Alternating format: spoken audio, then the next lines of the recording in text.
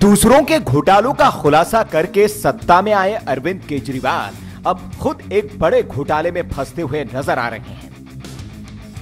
जी हां, राजधानी दिल्ली में एक राशन घोटाला सामने आया है।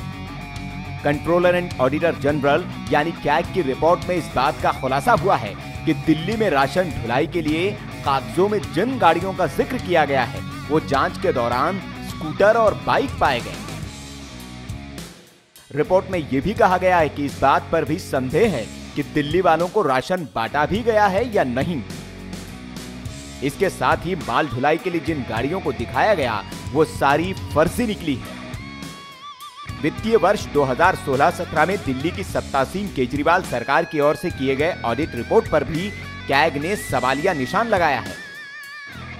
रिपोर्ट में कहा गया है कि साल 2016-17 के दौरान राशन वितरण केंद्रों पर 1589 क्विंटल माल की ढुलाई के लिए 9 ऐसी गाड़ियों का इस्तेमाल किया गया है जिनका रजिस्ट्रेशन नंबर या तो मोटरसाइकिल का था या फिर स्कूटर का।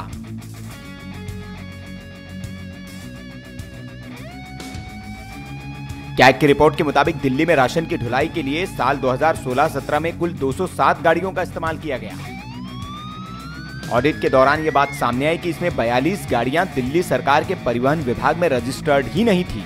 इसके साथ ही 10 गाड़ियां दूसरे विभागों के नाम पर थी। 8 गाड़ियां ऐसी थी जिनका रजिस्ट्रेशन किसी बस, स्कूटर या फिर बाइक के नाम पर था।